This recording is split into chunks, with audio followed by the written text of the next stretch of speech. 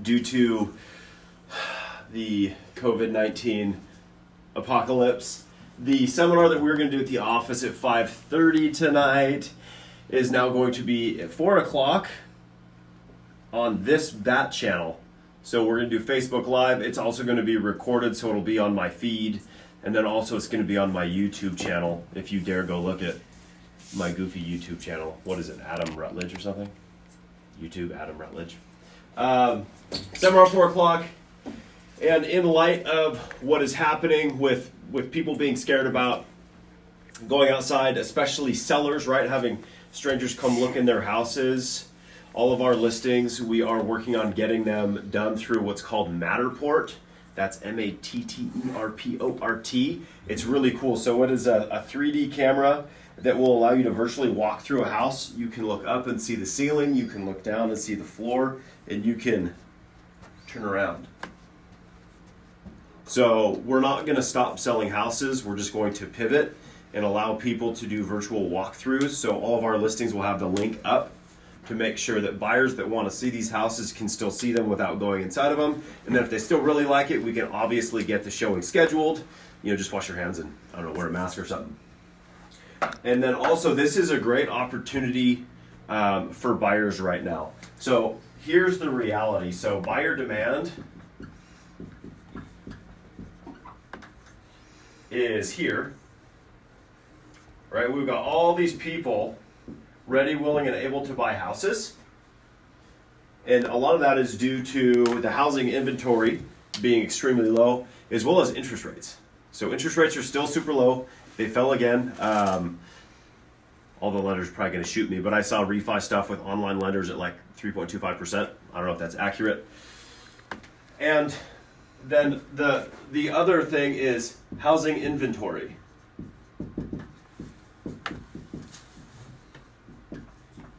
So we're currently under 2 months. So if we're under 2 months in inventory, what that means is if no other houses came on the market, in 2 months, every single property currently for sale would be gone and there would be nothing left to buy. So inventory calculation is an absorption rate, right? So how many houses a month are we selling versus how many houses a month are for sale? So right now we're at 2 months. A balanced market is 6 months. So we are far underneath a balanced market. So this is a seller's market still heavily by a factor of 3. So my guess is, okay, and then I'm going to show, these are the houses that are for sale. So we got all these guys want to buy, and all these people want to sell. With the this virus scare, let's say a third of these guys go away. Buyer demand goes down a little bit. So now this is an opportunity. Your competition is a buyer. These guys disappeared. They're out. Maybe they lost their job. They're freaked out. They don't want to go outside. So you now have less competition to get these guys. So it is still a super good time to buy. Even if half of your buyer demand went down, they're still going to be in a seller's market. So maybe we'll get to 6 months of inventory, but probably not. So it's still a really good time to buy. And here's the math. Let's say a $300,000 house payment is $1,800 a month at a 3.5% interest rate. If the rates go to 4.5%, that $300,000 house costs 10% more on a monthly basis. So $1,800 plus $180, that'd be $1,980 a month at a higher interest rate.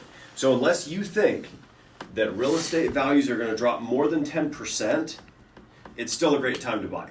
Because let's say values go down a couple percent and interest rates go up, that same house for $300,000 is more affordable today at today's interest rates than that $295,000 house at a higher interest rate. And it doesn't really matter, like, quote unquote, what you pay for it. What really matters is your monthly mortgage payment. That's what you're qualified on. So if rates go up, you can buy less of a house. So now still is a super good time to buy because of that. And I had one other thought. Low inventory, good time to buy still. We're doing the virtual tours. I forget. Also, hey, still also a super good time to refinance. What I just did is we own a house. We just bought a new one. We close on Thursday, and we're renting out the house we used to live in for way more than the payment, and it's costing us $200 a month more to have a bigger, nicer house. So also a good time to move up, rent your house out. Probably going to rent for more than the payment. Might as well keep both.